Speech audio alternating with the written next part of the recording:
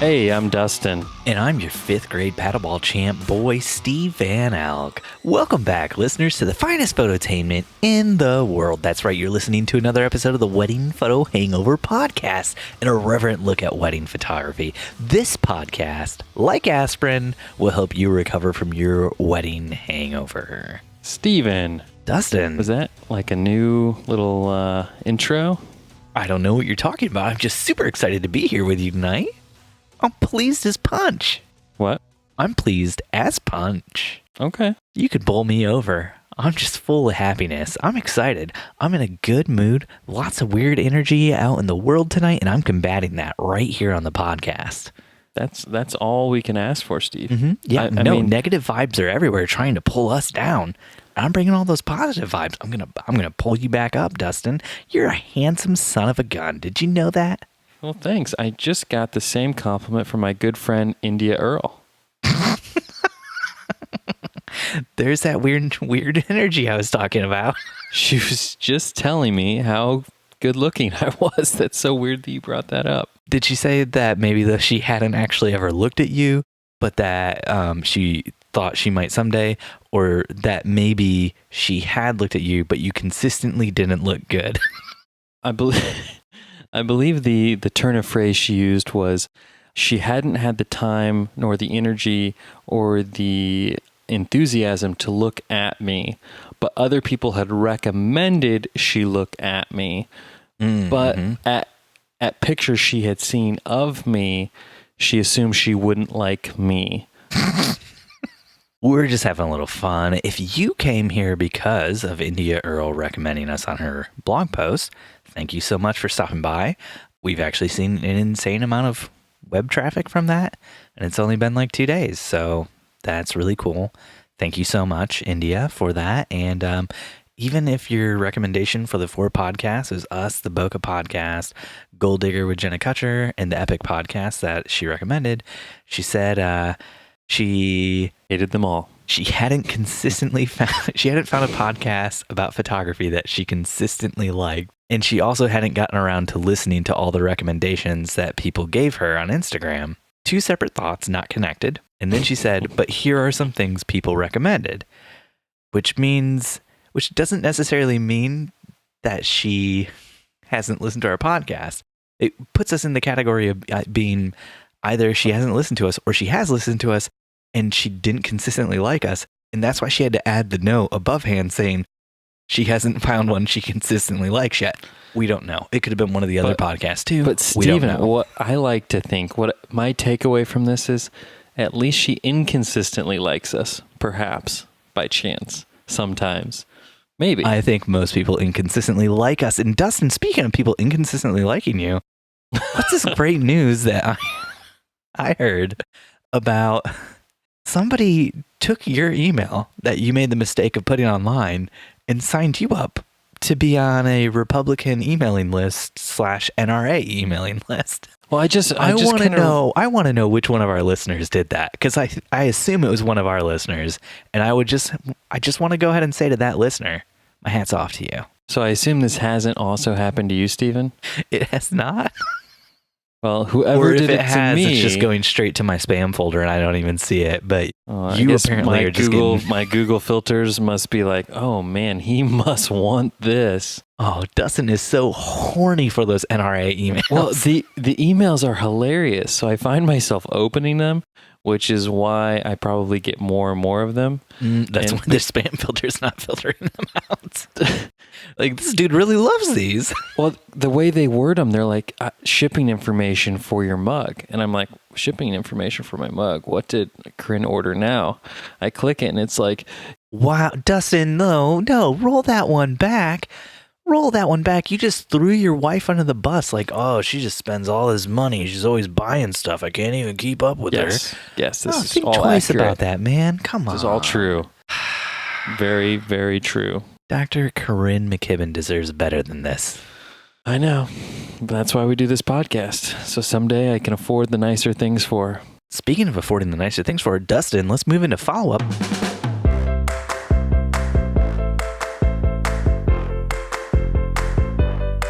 You actually have some real follow-up this time about the purple mattress, unlike last time where you just wanted to mention it and then say you didn't have it yet. So, after a long wait, I mean, gosh, it's been probably 2 months since we talked about this, Steven? I have finally laid myself to sleep on a purple mattress, and I can say it here first, guys. Purple, if you want to sponsor us, I love me your mattress. Dustin, they haven't sponsored us yet, so I'm going to need you to take that one back, walk that back. Could you maybe say that you haven't found a mattress that you consistently like yet? After a long day shooting a wedding, I like nothing more to come home to a nice, comfy mattress. That you don't consistently like. But inconsistently, I do like it. Just depends if I have a 1-year-old kicking me in the face or not. That's why you gotta get the dual beds, you know? Well, that's why we got the California King. Nice. Thought that was for the dogs. So the dogs can sleep on the end. How do you do that? I would love to get a dog, but we just cannot do a dog with being gone every single weekend. It is so hard for us to find people to watch our children while we're gone, because we don't live in a city with any of our family members anymore, and we also don't have. I think you just answered your question right we there. We don't have friends. I believe they're called. We don't have friends. All of our friends live in like Fort Wayne, Elkhart, South Bend. You can just stop at the first one. Downtown Indianapolis, not downtown, but still Indianapolis. Broad Ripple, which is part of Indianapolis. Somehow, though, you ended up in Noblesville. Yeah, no, but so how is it? Is it just family who watches your dogs for you? So since we have 2 beautiful children, and they required being watched on wedding days, it's just a package deal with the Diggity dogs on wedding days as well. The Diggity dogs? The Diggity dogs. Man, I don't think I could swing that. I don't know if it'd fly. Plus, there's the whole thing where like Nora's super scared of dogs. Nora, my daughter, for any new listeners out there, she is 3 years old and she is terrified of all dogs. She used to like them when she was real little. Now, not so much. It's very different when they grow up with them, though, because like my kids are so desensitized to dogs because they grew up with ours that it's like you go over to someone's house and they could care less about other people's dogs because we have dogs. Yeah, that's how I was as a kid. People who don't have dogs, you go over to people's houses and they're like, oh, dogs, I want to pet them, play with them. My kids are like, oh, a dog. See, my parents got our first dog, little Samson, like a month or 2 before I was born. And, little Sammy. Yeah, he was like a month old when they got him. So Samson and I were born the same year. I've outlived him. I know it's surprising. I outlived the dog, though. Both had the same drinking habits, but somehow you won out. Well, I was too young to drink, but in dog years, Samson was old enough, so I just gave him all my whiskey growing up. There you go. I kept the beer, though. That's good stuff. Dustin, speaking of drinking habits, what are you drinking tonight, bud? What you got in that new house of yours now that you made that move? Unfortunately, I am not drinking any beer this evening because we are recording very late and I have to take my children to school in the morning. But I was drinking a whiskey sour earlier. Very nice. Yeah. What do you got in that little can of yours? Well, Dustin, earlier I was drinking bourbon and Coke. If we're just talking about other stuff we've drank today. Before that, I was drinking just a Coke. It wasn't until my kids got real crazy that I was like, I need to throw some bourbon in this Coke. Before that, I was just drinking just bourbon. But now, Dustin, I've moved on from the bourbon and Coke, and I'm on that Upland Brewing Company's Side Trail IPA series, drinking the good old Imperial India Pale Ale Coastbuster. That's right. It almost sounds like Ghostbuster, but no, it's just Coastbuster. And Dustin, wouldn't you know, Upland Brewing Company? That means that this is a great Indiana beer for a great Indiana man like me, Steve Van Elk. And let me tell you, Dustin, it is a great Indiana beer. Really loving this one. But I will also say this. This beer is perfect on its own, and it doesn't need anything added to it. I consistently like this beer. But when you take a sip of this beer, it is also kind of like, as good as it is on its own, I bet if I added a little Elijah Craig bourbon to it, it would be even better. You know, gotta get that Boilermaker going. You know what I'm talking about. No, I don't. Oh, I'm sorry. right. Let me wind it back. Hi, I'm Steve, 5th grade paddleball champ. I don't drink alcohol. Do we want to take that energy through the rest of this one? Sure. As long as you hike up your shorts and put a tank top on and a headband. That's when you gotta put the afro up and give me that full 5th grade Steve vibe. Moving on into topics. Dustin, I want to tell you about a local Indiana man. Straight from Indianapolis himself. I wouldn't call him a legend. There is... Well, he might become a legend after people see this. There is a wedding photographer in the Indianapolis area that Jen and I know. He's older. He's a little bit older. Mm-hmm. And he has been telling Jen and I, like over the past 2 or 3 years, every time we see him, that he's writing a book about marriage. Yes, the best kind of book. A book about marriage. A book you can consistently like and that you can use to make sure you consistently like your spouse. As one should know and read. And he just published this book like a week or 2 ago. Dustin, I was wondering, has it hit the bestseller list yet? I freaking hope so. Dustin, this book has that this one customer review Indiana so far. photographer wrote is called Orgasms of the Heart. We're gonna drop a link for this book. Do you want to read that one customer review? Because it is fantastic. It's titled Great Marriage Resource. Don't let the title scare you away. Marty writes a marriage resource from the man's point of view, really helping men understand how important it is to love your wife for way more than physical. He gives great insight to how some men think and how to improve relationships, starting from within. This is a quick read, but one that will resonate with you as long as time and can definitely make the difference in a wedding and a marriage. Love this. Bellowisms. Do I find this review helpful? No. Negative. The cover of the book is like it's like the heart monitor thing, right? Mm-hmm. But it looks like clip art from the 90s.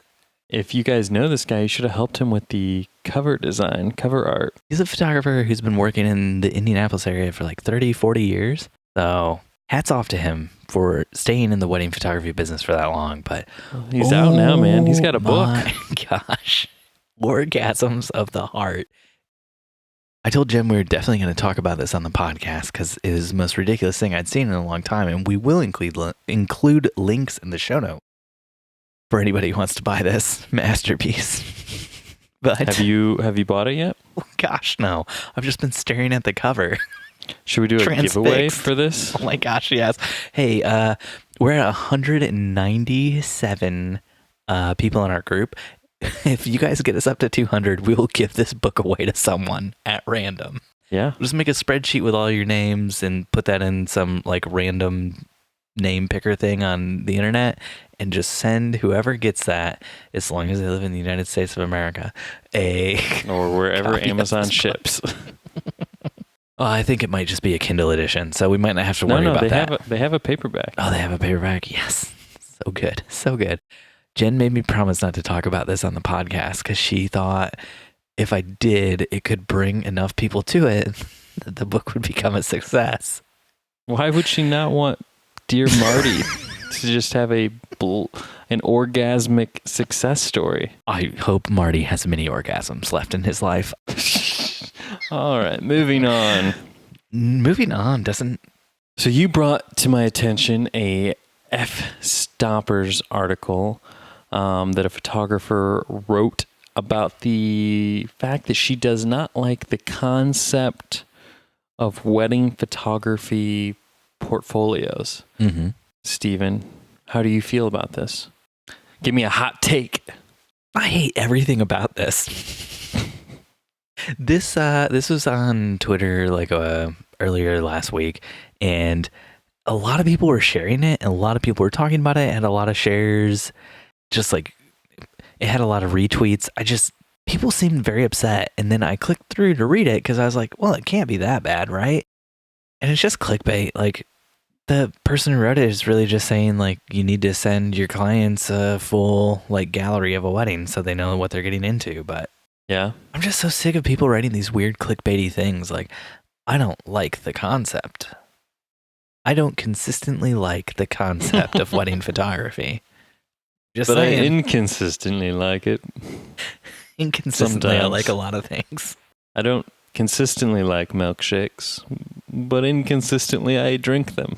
It's that inconsistent rhythm that really gets you off. You know what I'm saying? Mm-hmm. It's more like my stomach and the bathroom. You inconsistently like your stomach taking you to the bathroom? I don't understand. It's more like a risk I'm inconsistently willing to take. So basically she walks through that she doesn't think clients should be choosing photographers based on like hero images. And Yes. she doesn't really know that marketing using hero images is the best thing for photographers to do. She Absolutely. thinks they 100% should agree. market using a full gallery.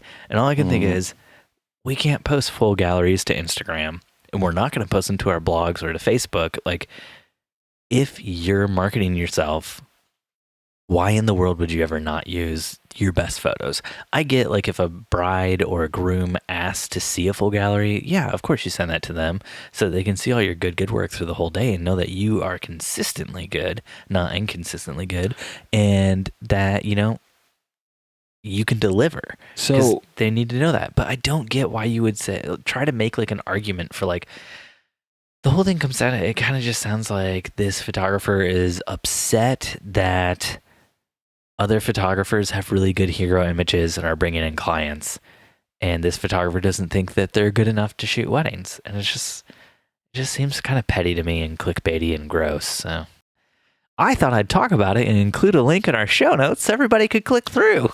well, see, This could be a huge success for the F-stoppers. And they'll keep putting out more content like this. You got me, F-stop. who wrote this? Annette wrote this. Annette Lucina.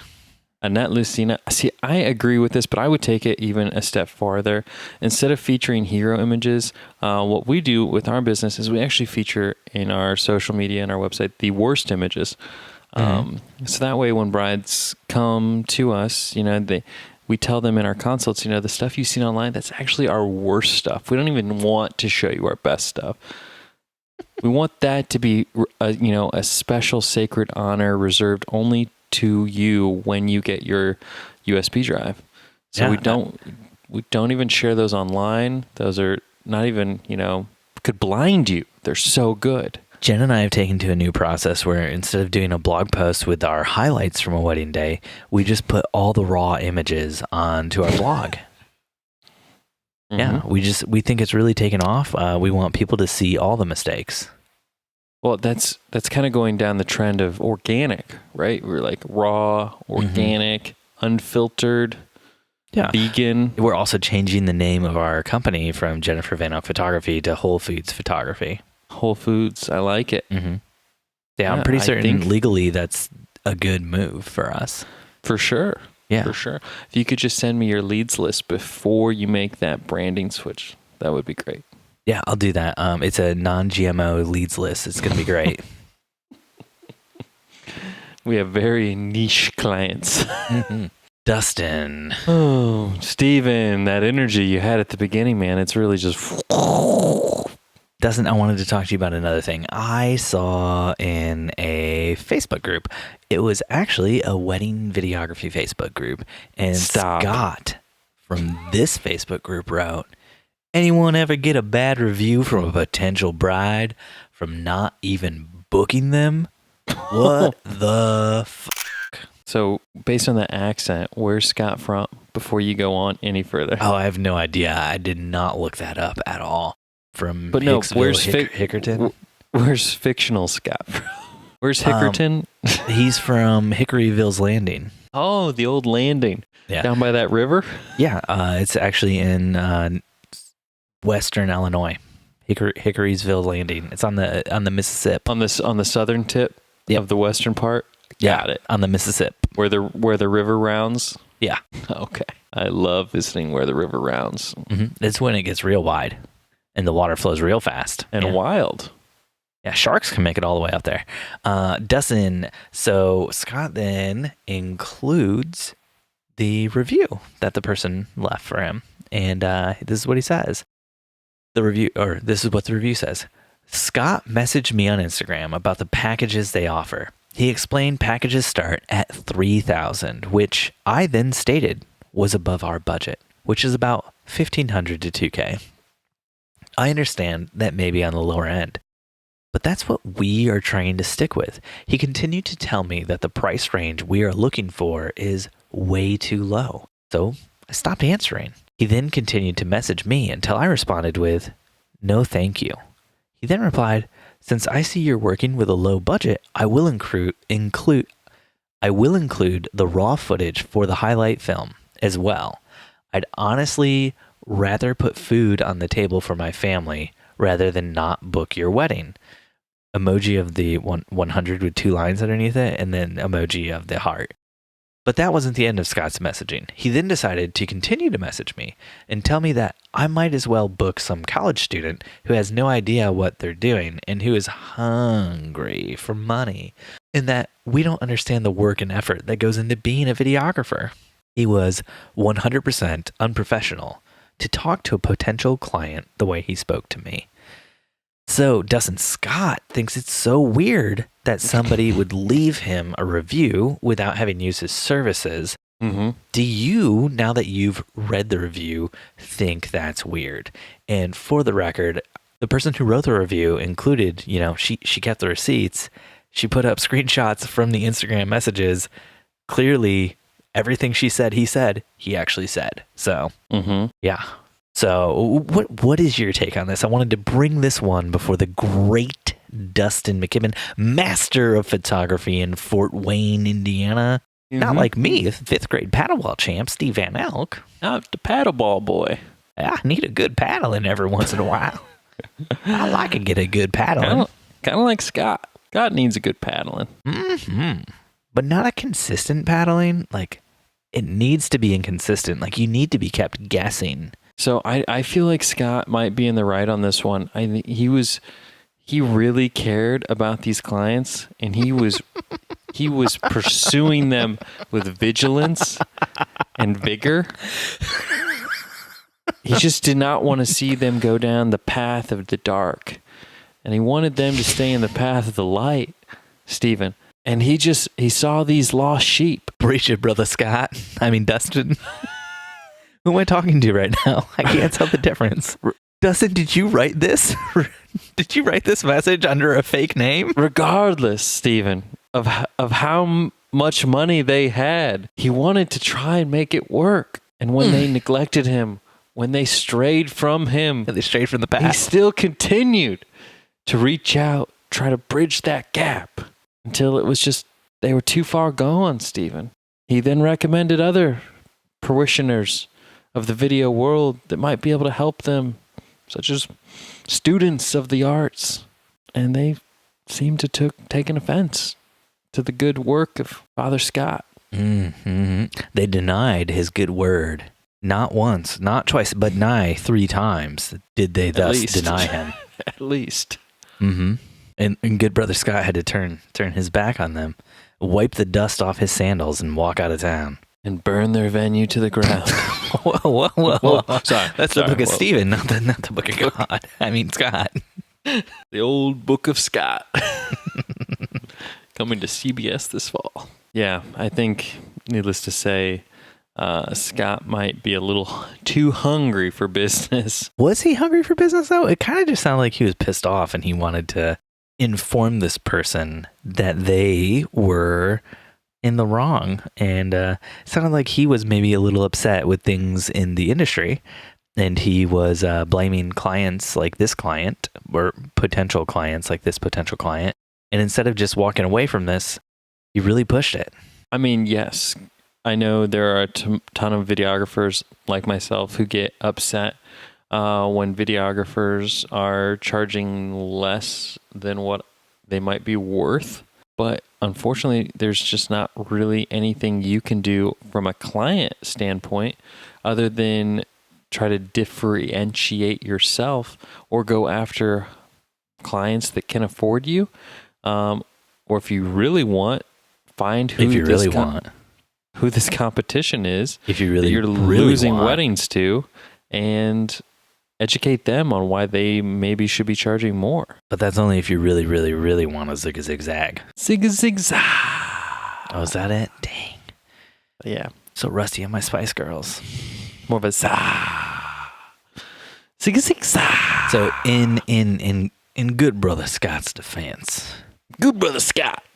Come on down. I went to the Facebook group. I read the messages. I illuminated the Facebook. Basically, it seemed like when he first posted the thing, he was looking for sympathy from other videographers in the group. And basically every single videographer. Instead, the Facebook group baptized Brother Scott In insults. Baptized in a wave of insults and people telling him he was bad at running his business. And Scott was actually super receptive to what everybody said and said that maybe he needs to rethink what he's doing and that everybody's given him a lot to think about, and like didn't try to fight it when people started telling him what he did was maybe not the best. And so, I think a lot of time in this life we make comments or say things and we think we're in the right and everybody else points out we're in the wrong. Mm-hmm. And my initial reaction to that is to buck against that and just be like, no, you're in the wrong. Everybody consistently likes me. I'm consistently likable. If only that was true. I'm inconsistently likable. Inconsistently likable. So ask India.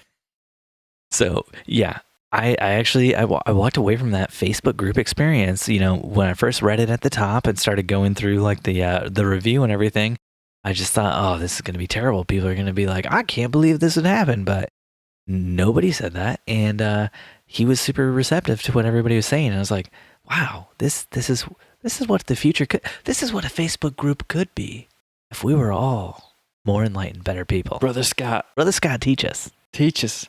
Brother Teach us, Scott. come forward. Let us baptize you in insults. We are the Wedding Photo Hangover podcast. All right, Dustin, you wanted this one so bad. Yeah. Buckle the fuck up. Oh my God. Here we go. Fuckle the buck up. Oh my gracious. Oh good golly. Oh good golly molly. Here we go. Fuckle the buck up. From a Facebook business page, here is the weirdest post I think I've seen in a long time. Here it goes, Dustin. Mm-hmm. And we're not gonna include a link to this one because I don't think this deserves any more eyes on it. What you, Dustin, Steven, everybody are about to read, or in this case, listen to. Well, it may break your heart too. Maybe you can relate. I received news that one of my couples I had photographed was no longer together. My heart was breaking for their relationship. I enjoyed every moment adventuring with them and love when I can photograph. Love is my thing, y'all. My heart was also breaking with the thought of, would I be able to share this time that everything was okay and nothing could separate the two? We all know those feelings. It's hard to see and feel them. It really is. I knew, though, that something I always wish I would have done during a breakup was writing a letter to the one who broke my heart and to the heart I broke. I asked if they could both write a letter to one another, just to let it all out. So here it goes. This post was agreed to be shared by the couple. No need for negative comments, y'all. Just real life. And they were willing to share their story through the post. It's hard to read, tough as you may call it. But this is something that many would not speak about, even though this happens in our society more often than we want. These two were able to speak what they felt. communication is hard, but I'm proud of what they wrote to one another to help cope with whatever happens in the future. And here's the huge caveat of this whole thing, and the reason I dislike it so much is because at the very end of that, what she should have wrote is, I'm so proud of what they wrote to one another to help cope with whatever happens in the future and to help me go viral on Facebook and bring in all this marketing. Because the one thing we really need with all of our breakups is to have our past wedding photographer put themselves into the middle of the situation and convince both of us to write each other letters about love and why, how we were feeling post breakup. What the F is going on with this, Dustin? What the F? This is like the weirdest thing I've ever read. There is no part of it. Like, she tries to pitch it like, this is for mental health, y'all. And this is something we all need. But it's like, then why would you say earlier in your post that like you were disappointed you couldn't share the photos and stuff? Like, this sounds more like, oh man, I put this hard work in and now I'm not going to get anything out of it. Unless I get this couple to write letters to each other. Unless I parent trap these bitches. She did not parent trap those bitches. So, Dustin, what is your thought on the idea of a wedding photographer inserting themselves into the middle of a breakup? And Dustin, and listeners who are new, just so you know, Dustin sent a cinnamon roll ornament to a past couple of his and totally broke them up. They got a divorce. It's all his fault. So Dustin has already inserted himself into a marriage to break it up by sending a cinnamon roll ornament present for Christmas. So how does Dustin feel about inserting himself in the middle of a relationship? What are the boundaries for us as wedding photographers? Where does that boundary lie? Where does that line get drawn, Stephen? Between photographer, friend, moral compass, guide, giver? Well, let's just be honest here. I think if the relationship was friends, then it wouldn't have been, I received news that one of my couples I had photographed was no longer together. It would have been, my friend told me that he was getting a divorce. Like, this is not a real friendship. This is a business agreement. As I've told you in an earlier episode, I photographed a wedding once down in Mexico, and the wedding was called off the same day that the wedding happened. Yes, we all know this story. Yeah, and the photographer that was shooting with me actually sat poolside with the groom and like tried to console him because all of his friends were busy getting drunk at the open bar as I sat with like popcorn watching him as he threw his ring into the pool. What? You went and popped a bag of popcorn and came down to watch his misery? You are a monster. Corona and a bag of popcorn. Was sitting it a Corona poolside with a little Tapatio hot sauce in it? Because I've heard that's a good thing. I have to preface, I was actually shooting video and trying to drag a think tank roll bag through the beach sand in Mexico with a tripod and a slider by yourself. I was tired, Stephen. I did not have the mental fortitude to try and save this marriage after I just filmed these assholes looking like they loved each other all day long. I did not have the mental fortitude to try to go back to the room and go to sleep. I had to go back to the room, pop popcorn, and come down to watch the misery. I needed to wait for footage to back up. We could save this wedding video, not the marriage. We could save this wedding video. It's still coming out. Exactly. That's nice that Jason consoled the groom, but it's a little bit different when it happens at the wedding on the day of than like I found out later through somebody else. Yeah. No, I mean, for me, it's not about necessarily keeping them together. It's just about staying in good graces with them so that when they get married the next time, they, think about that guy who's there with the shoulder to cry on so that, double dip. You're going to marry the groom? Turn one wedding into two more. But then you're paying for the wedding if you marry the groom. And you also have to get divorced then too. No, Steve, you would be the photographer. Steven, you would be the photographer. Okay, walk me through the situation. You're there. The groom and the bride get divorced on the day. You are a big teddy bear there for the groom. The biggest. The biggest. He's crying into you. He's feeling that love. He's all wrapped up. The bride's gone. How are you double dipping then? So you tuck him into bed, and then you go find that bride. You let her cry on that shoulder.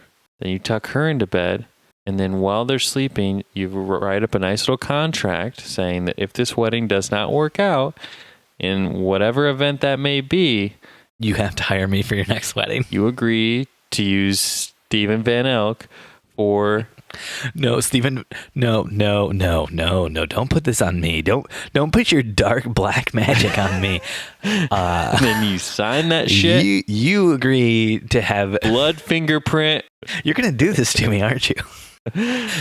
One day, a bride and a groom are going to wake up totally divorced, and they're going to have copies of contracts next to them with their fingerprint and their blood saying that they will hire Steven Van Elk, someone they don't even know, to capture their next wedding. Be like, this is so weird. I wonder who did this. Well, it couldn't be Dustin. He was my photographer, and he'd never pimp me out to the competition. Correct. I guess Steven Van Elk must have come here, and now I'm going to have to sue him. Gosh, Dustin, why are you doing this to me? How could you sue someone, Steven, that just simply stated in a contract that he wants to help capture the greatest days of your lives to come forever in perpetuity? You know, you're just looking out for him, Steve. If you are a wedding photographer, would you be willing to share a copy of that contract? Running a business. Hopefully. And unless you're actually friends with these people in real life, don't insert yourself into the middle of their breakup. It's so weird.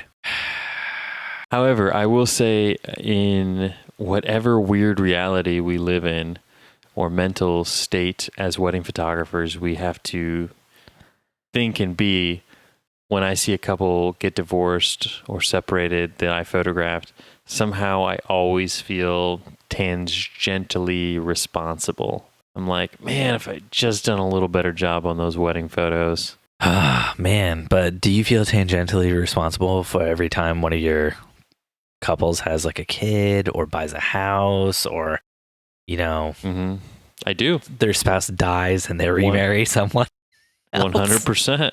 You feel tangentially responsible if their spouse dies and then they marry someone else. Everything that happens in their lives from the time they say I do, I'm partially responsible for in my mind. Every promotion they get because of those good wedding photos. All because of the photos.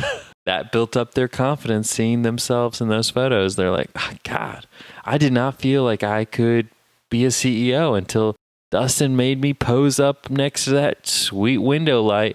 I look like a boss. Now I kind of want to be a boss. Now I am the boss. What up? What up? Yeah, that's what I say. That's what I do. That's who I am. Anyways, onward, upward. I think we kind of beat that one to a pulp. Let's do some Q&A. But Steve.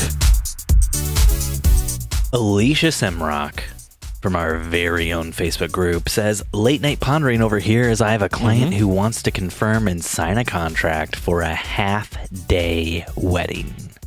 She's thinking 5 hours will likely be all the coverage they'll need, but she's also wondering about extending the coverage on the day of the wedding if they feel it's necessary.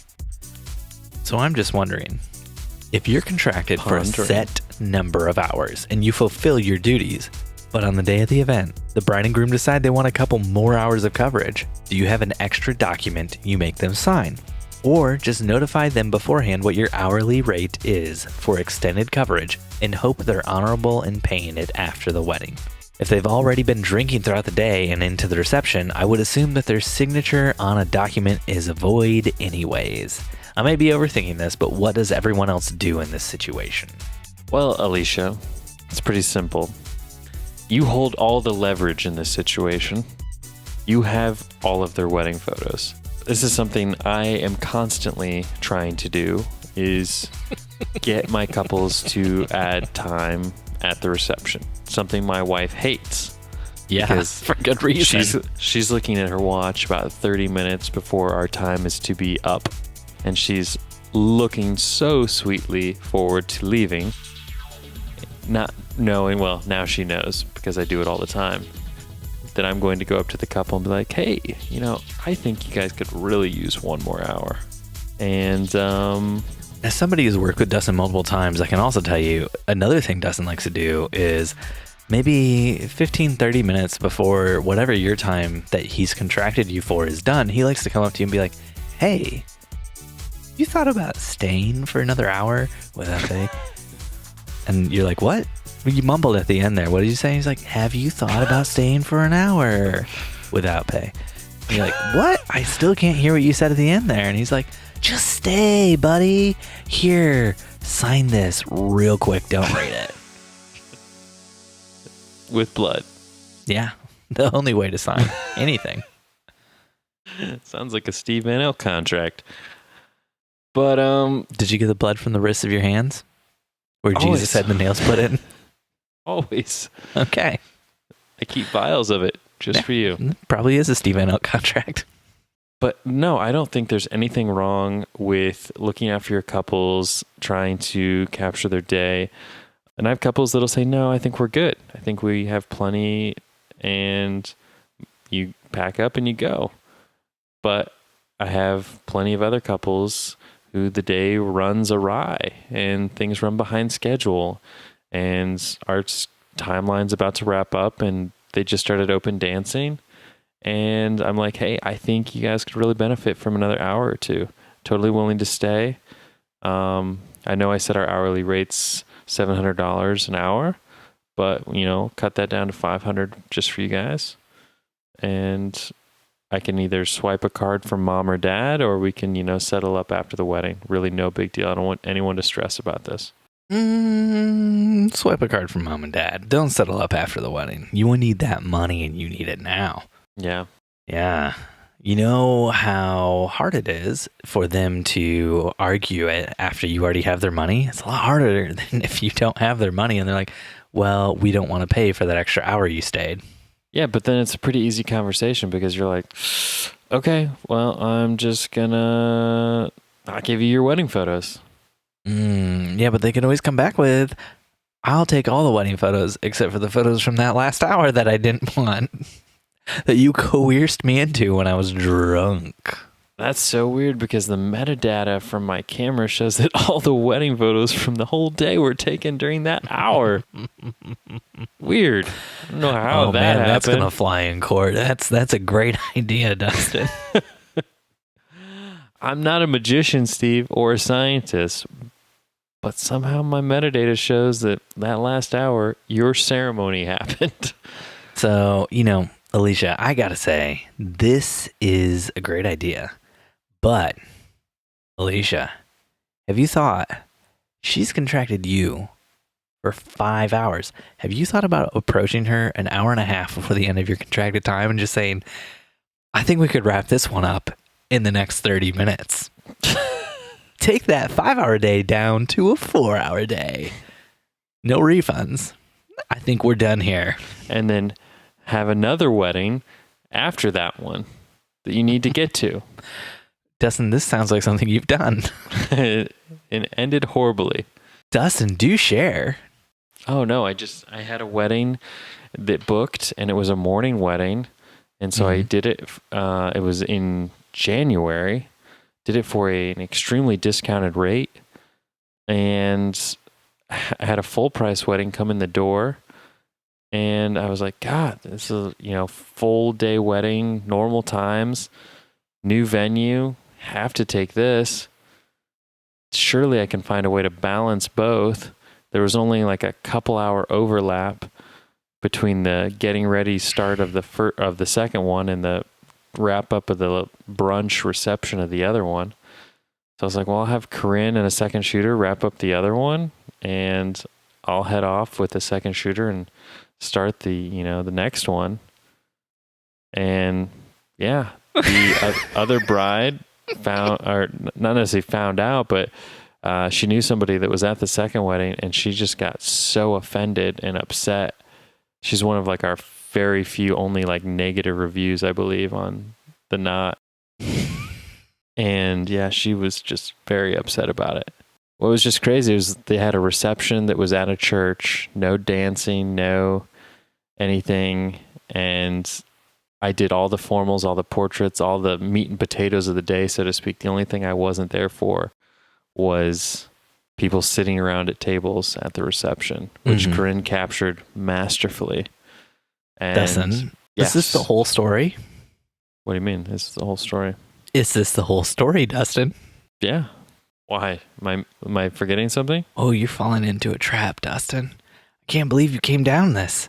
Welcome to Steve's lair. You are now in the Steve trap zone? Damn it. I thought I had something good, and I don't, and I'm real sorry, everyone. But, oh, welcome to my web, said Steve the spider to Dustin the fly. Oh, Dustin, did you leave one of the weddings before it was done? Yes. Did you inform them ahead of time that you would leave that wedding before it was done? No. What did you say when you left the wedding? I see you're getting nervous over there, Dustin. You sweat a little bit? Dustin, don't turn off the... Dustin, finish the conversation. Don't turn off your computer. Dustin? I told Corinne to tell them I wasn't feeling well. Because I, in all honesty, wasn't feeling well. Damn it, I thought I was going to trap you, but you remembered what you said last time you talked about this. Man, it really felt like you were walking into a classic trap where I get to catch you in a lie and call you out on lying to our listeners. And nope. No lies here, buddy. There it is. All honesty, all the time. Well, I'm defeated, everyone. I just swatted that spider web down. But no, I just had another inquiry come in the other day, and they were like, morning wedding, short, simple, sweet. We already booked that same day, and I was like, oh, should I take this? Wait, this happened again now? No, I mean, somebody inquired with us for a morning wedding on a day we already have a wedding. And for a split second, This is why you have an associate shooter now. I know, that's why I ended up referring it out to her. But for a quick second, I was like, could I try and do... There's just a thrill to shooting 2 weddings in one day. I don't know what it is. So thrilling. You know, it's even more thrilling when the brides don't know you're shooting 2 weddings on the same day. Oh, for certain. For certain, Steven. Oh, Dustin, what were you sick with when you left early? I was having an allergic reaction to whatever place dry cleaned my shirt. Damn it, I really thought I could capture you right at the end, but nope, you remembered everything you said last time. Because it wasn't a lie. This has been disappointing. This has been so disappointing. Sorry, Steve. Man, I thought everybody's gonna get to see me weave my machinations. I'm impressed though by your memory. This has stuck with me, Dustin. You originally said on this very podcast that you'd only ever received 1 negative review, and you didn't know why. It was from a random person on Facebook, and as time has crept on, it's slowly come out. It wasn't a random person. Oh, it was the bride who you spurned. Well, no, she left me like a 4-star review, but I only have like one 1-star review. She left you a 4-star review and you called that a negative review? Well, it was worse than that, but I redeemed myself. Oh, yes, the redemption story. I forgot about that. A couple of, canvases, little, free prints, bolster things up. Yep. Every time we come back on this podcast, I wait for that moment when I can spring a trap on Dustin. Once again, he's nimbly got himself out of this one. Alicia, get that wedding down from 5 hours to 4. You're going to have a great day if you only work 4 hours. Your feet will not hurt. Your feet will not hurt nearly as bad. It's going to be fantastic. Take Dustin's word for it. Just leave early. Say you had an allergic reaction to your clothes and leave your second shooter there. You could even book a second wedding then. Or get that 5-hour wedding up to 10. But wait to do it on the wedding day. I want to double the time I'll be gone. I'm just going to call my babysitter and see if this works out after I pitched it to you. So that's why we tell the couple at the time they sign, or not necessarily at the time they sign. So what we tell them is, when you book, whatever package you book with, you can always increase your package. You can't decrease your package, because we plan, our day and our month accordingly. And then when we do our final consult, we go over the schedule for the wedding and we go through the timeline and we say, this looks tight. Are you sure you don't want to add any more time? Because if you do want to add more time on the wedding day, it is more expensive than if you add it now. And what I do, Steve? Mm-hmm. I throw that babysitter under the bus, because I say, that babysitter, they charge me more if I don't give them a heads up on how long we're going to be gone. And who is that babysitter, though? It's your dad or Corinne's parents. Jeez. Exactly. Free babysitters. But they don't need to know that. Dustin, what I like to do when Jen and I will sometimes try to upsell a client on a few more hours if we think their wedding needs it, or if things are running late and we don't want to stay out of the kindness and goodwill of our heart because, well, I don't have any kindness or goodwill left in my heart. Jen does, but so we will from time to time try to sell them up on that sort of package. And what Jen doesn't know, and she keeps getting confused by it, our clients always pay us in cash when we have to stay for an extra hour or two. And the thing is, I reach out to our clients robbing the dollar dance in advance, and I just say, hey, look, if you want to add extra hours, and you will, you're going to need that money in cash. And then when they pay us the extra money, I immediately take that money and I throw it on the ground and I just roll around on it in front of them and I say, you stupid idiots, look at this. Look how rich I am. And if they're lucky, I keep my clothes on. Mm-hmm. That's one idea. Certainly a idea. Maybe not the best idea, but a idea nonetheless. It's an idea that inconsistently works. But consistently you do. Try it. I do try it consistently. Darlene from the random Facebook groups, what would you do if you associate shot for another photographer 6 months ago and they are ghosting you now? They haven't paid you. They haven't given your memory cards back. This just happened to my friend. They've been texting, but haven't called the other togger. This togger also did not tell the couple that they'd be dealing with an associate. The couple was pissed when they found out on the day of their wedding. On top of all this, the togger that hired my friend already blogged and social shared the images, but didn't credit my friend for shooting. My friend's a little miffed that there was no credit given, but whatever. Whatevs. My friend is excited to forgive this togger, but would like the memory cards and money. Like to meet someone by the name of Togger. That seems like that could be a name. The wonderful thing about Togger is Togger's a wonderful thing. Hey, this is my son Togger. No relation to a photographer, but no relation to a springy tiger. I feel like you got to talk with like a little southern drawl if your name was Togger. I would hope so. Dustin. Steven. What should this person's friend do now that they're being ghosted? First of all, Darlene, you always got to get paid up front, girl. Got to get that money. Money in the hand. I ain't ever giving over no memory cards without getting a check in my hand. You know what I'm saying, Darlene? You got to grease the palm before those cards hit the palm of the other togger. The squeaky gear gets the grease. You know what I'm saying? You got to speak up for yourself, Darlene. What you could do, Darlene, though, you ask for that money one more time. They don't say anything. You start blowing them up on the social. You open that social up and you say, who took those photos? Those are awful. Just horrible. So you get on social media and you take a dump on your photos that they posted. Exactly. This person is a terrible photographer. Because what are they going to say? Darlene, those are your photos. They can't double down on that. Or, Darlene, you really want to be ambitious, send the client a bill.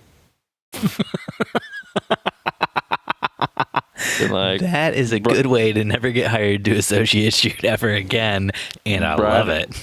Bride and groom Smith, I had so much fun shooting your wedding. Unfortunately, the company that was supposed to pay the invoice did not, which holds you then liable for my services. Here it is. If you have any problems with that, please take that up with, XYZ Photography Studios. But yeah, here you go. Badoom, drop the mic, exit scene left. Mic has been dropped by Dustin on this other togger. Right. Blowing that togger up. You just took Togger down to the river and capped his knees. When you say it with your weird accent, it almost sounds like Taggart. Hey there, Taggart. Get on over here. Darlene, I would say, 1, stay out of your friend's business, right? What? Not a song. Darlene. Is that a song? No, that's not a song. What are you doing right now? I don't know. This is what happens when you keep me up this late. My brain just goes 50 million ways of crazy. Darlene, 50 million ways. Darlene. I'm pretty sure that's a song. I feel like one tactic you could take would just be to jump on every single photo they post of yours and just say, that's a great photo. I took it. And just really put yourself out there. Now, that is going to be weird, and they are going to get the hint very quickly that you're upset with them. But also, you were an associate shooter. Why? Who's out there crediting their associate? Did this person sign a contract? Like, Dustin, you're associate shooter. Do you have something in your contract saying that you will or will not credit them? What does your contract say with them? Simply states that they will shoot said wedding on said date for whatever amount of time, and they relinquish copyright to us for said photos, and that they'll use professional equipment, I think, is in there. I don't know. I haven't looked at it in a while because we've been using the same associate for a couple of years. So Jen and I have a similar contract that we send out, but I mean, we still end up crediting our associate shooters who work with us and our second shooters as well. There's definitely nothing in there about crediting, but when a bride inquires with us, I have full galleries from the associate that I've curated of weddings she's done that I send to them. Mm-hmm. So Jen and I have started for weddings that were shot by associate photographers or weddings I shot under her brand's name as opposed to under my brand's name, using the hashtag Van Elk Associates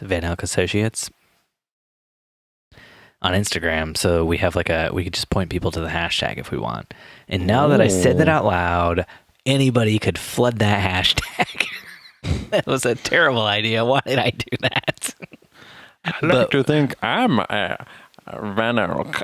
But we're trying to create a way to make it so that people who are looking at our stuff, if they were to look at the ridiculous list of hashtags we put on our photos, they would be able to see that, hey, this wasn't shot by, the Jennifer Van Elk herself of Jennifer Van Elk Photography.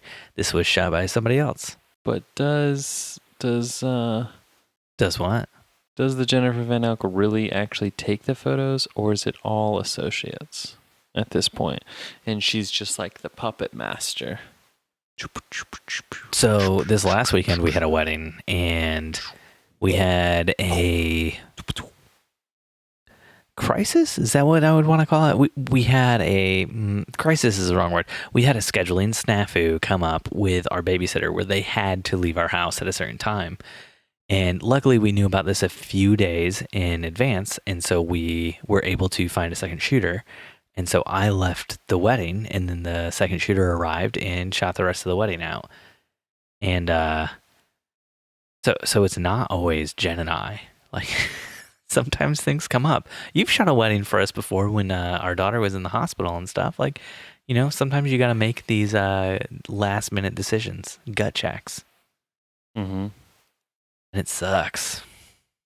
Especially because like the reception that I had to walk away from to go back to our children was like super cool. So the Lumineers sing a song called Darlene. Have you literally been looking up the name? Oh my gosh. Oh, I wonder if there's ever been a song written about this name. I see you standing there in your favorite dress. I like what you wear. Oh, Darlene, oh, Darlene. Could you, while you're looking up random names to see if a band has ever sang about them, could you possibly look up Kaylee? That was quite the random name you just picked out. While you're looking up random names, maybe look into Eleanor Rigby. I don't know if you've heard that one. Oh, Eleanor. Are you just going to get stuck on stuff like this? Jeez. Anyways, Dr. Mark Quinn, the medicine man, asked from our very own Facebook group. No. Wind it back. Yeah. Why? You can't unwind the yo-yo once the yo-yo's been yo-yoed, Steven. Thanks for listening to another episode of the Wedding Photo Hangover podcast with Dustin and Steve. If you want to help us out, jump on iTunes or Stitcher and leave us a 5-star review where you say whether or not we're consistently likable or inconsistently likable. If you want to connect, I think we're consistently lovable, at least. If you want to connect, Dustin, you can find us on Instagram and Facebook at Wedding Photo Hangover or on Twitter at WedPickHangover. Dustin is on Instagram at Dustin_McKibben. And if you want to connect with Steven Van Elk, you can find him on Instagram at Steven Van Elk. I know, original, right? I'm sorry, but 5th grade paddleball champ was already taken, okay? You know, I try to get in with the good names, but you can't always get them, man. If you want to show Steven some love, feel free to, forward him all of your favorite Republican websites, I hate you so much. lists. If you want to get involved with the awesome community of listeners, join the Wedding Hangover Facebook group. If you really want to warm our hearts, head on over to anchor.fm/weddingphotohangover, and you can sign up to support us for as little as 99 cents a month. It's extremely helpful to us and to the making of this inconsistently liked podcast. But consistently maybe liked. We're really messing it up now. Inconsistently disliked podcast. Thanks for listening, and we'll see you next time your head is pounding, your limbs feel like dead weight, and your entire being aches for the sweet embrace of death. That's right, next Sunday after you shoot another wedding. Oh, yeah, Steven. Spread the good word. I'm spreading the good word to all the people out there. You know what? All the people, Steven. We joked around about the India Earle thing earlier, but she did the entire list of podcasts that she mentioned was all things that her followers had written to her recommending. And we were recommended by several people to make that list, I assume. I assume it couldn't have been just one person. So couldn't have just been me. Thank you so much to Dustin McKibben and Dustin and Number Corinne. one fan. Number one listener. Thank you so much to Dustin_McKibben, Dustin Corinne, Big Burrito Creative, and is that all your usernames on Instagram? Thank you to all three of them for recommending the Wedding Photo Hangover. I assume that Wedding Photo Hangover also recommended Wedding Photo Hangover. It's a powerful pull. We are super pleased as Punch. We're super pleased as Punch that everybody jumped on out there to recommend our our good podcast about Dustin, the master of photography in Fort Wayne. We're just two small town boys here in Cornfield, Indiana, just spreading the good word, my friends. Just my best friend Dustin and me, Steve, Little Dick Van Elk, 5th grade paddleball champ, just working it hard. You know what I'm talking about? I wish that was really your middle name. My middle name is Richard, for my Uncle Dick. So, Really? My middle name's Dick. How did I not know this? What's up? It's me, Steve Dick Van Elk. But Little Dick sounds better. Yeah, that's why I say that. It's more fun for me. You came up with Redwood Lane for your studio name when you had Little Dick in your back pocket. A little deck in my back pocket. You don't want a big deck all the time in your backyard. A little deck will do it. Gets the job done if it's just right. Who shot your guys' what? Little Dick. That guy out of Noblesville. Little Dick Photography. Little Dick Van Elk, to be more specific. Yeah, well, he wasn't a big dick. He was just a little dick to us, you know, and we can handle a little dick. When somebody's a big dick, though, that's just a little too much.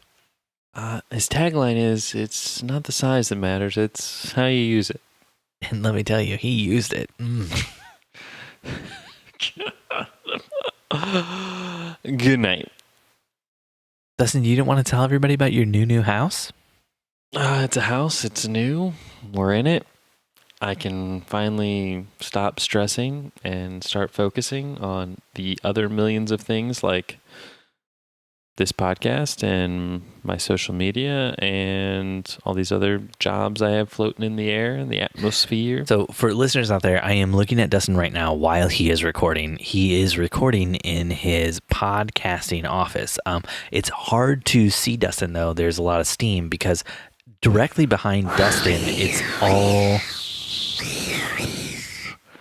Directly behind Dustin, it's all just water. He actually had a giant hot tub floor put into his office, and he has to walk through the hot tub to get to his computer. That's true.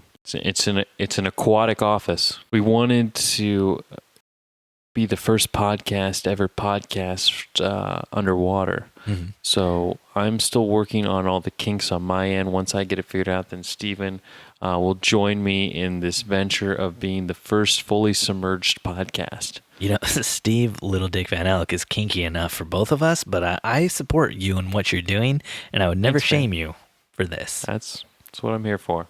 Yeah. My biggest inconsistent cheerleader. You know, your littlest inconsistent cheerleader. Let's be honest. I'll take it. This is a podcast all about the truth, the whole truth, and nothing but the truth. Someday, the great Stephen Van Elk will venture to this new house of mine. Did that bourbon make it to your house, or break open this cask of great Indiana beer that I purchased a while ago?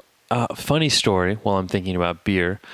So I was moving the last of a few boxes this weekend. Oh my gosh. Oh, that was the funniest thing I've ever heard. I can't stop laughing. You know, right? That's not the story. So that was a short story, but a real funny one. Oh, man. So I was cleaning out what used to be... I'm taking a screenshot of that.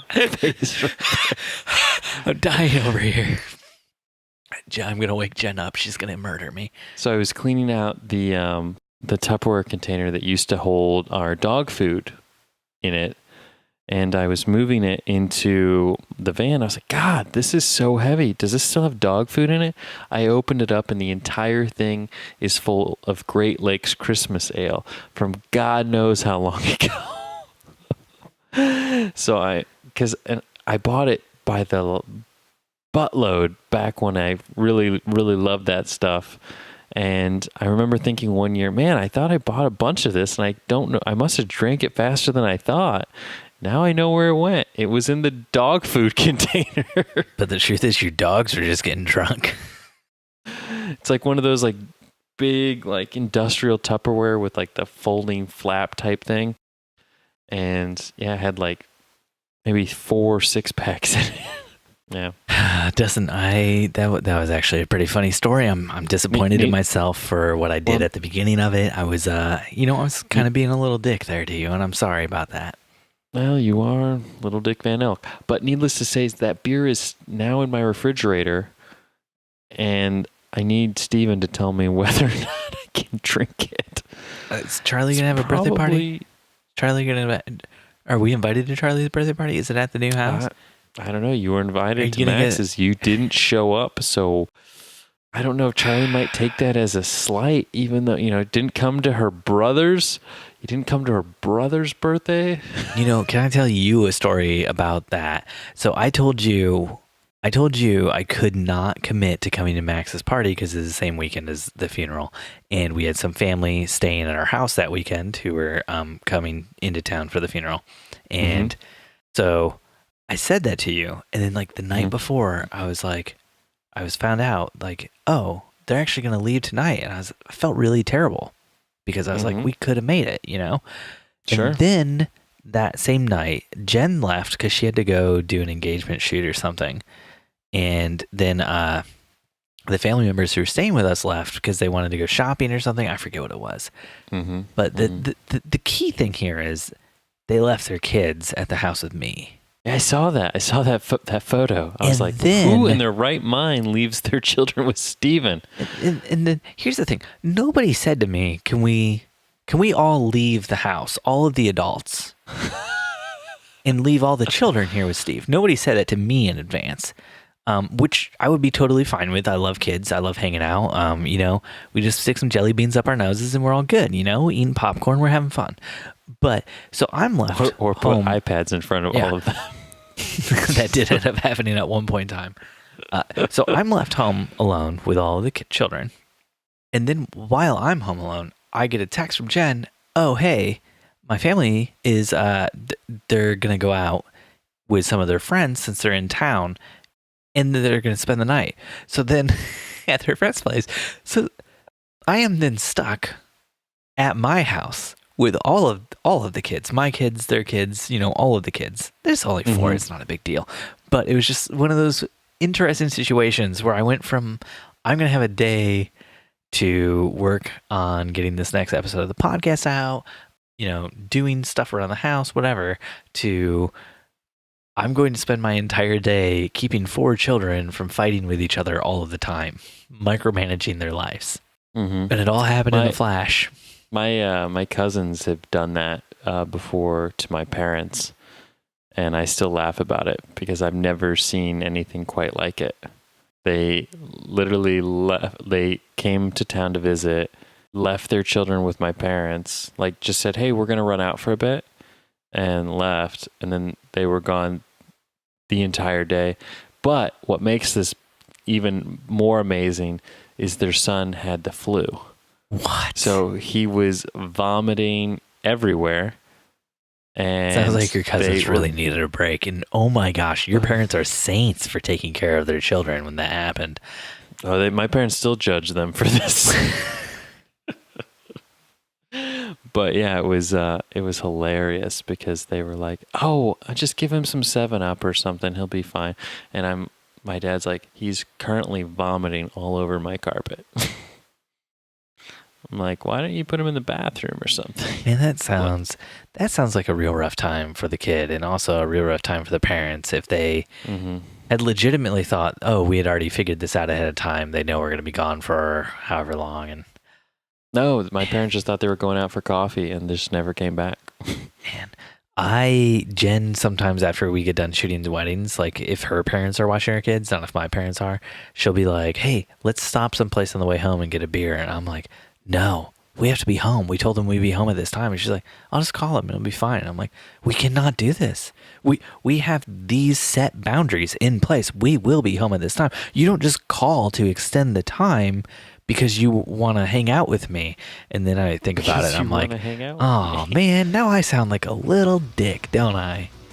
Yeah. Well, I always get jealous of the ability for you and Jen to hang out after a wedding, because we're the same way after a wedding. We're like, oh, we got to race home because we have parents who are super tired and want to get home and go to bed. And they've been chasing our children around all day. And I'm like, but it would be nice, like grab a taco and a Corona or a margarita and just unwind for a second. Go to Bakersfield on Mass Ave. Mm-hmm. Get some tacos there. Best tacos in all of Indiana. Short I rib took you to Hoppy tacos. Gnome. I took you to Hoppy Gnome, Steven. Yeah, those tacos were okay, but Bakersfield on Mass Ave. Bakersfield on Mass Ave. Ugh, that's the stuff, man. Really? Never been. Yeah, no, it's good. It's good. Next time. All right, we should really wrap this thing up.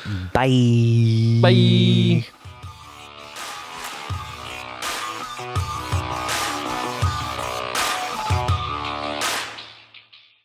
The wonderful thing about Togger is Togger's a wonderful thing. Wedding Photo Hangover was edited this week by Steve Van Elk of Bespoke Tone. Go to Bespoke Tone for all of your photo, video, and audio editing needs. Woo-wee.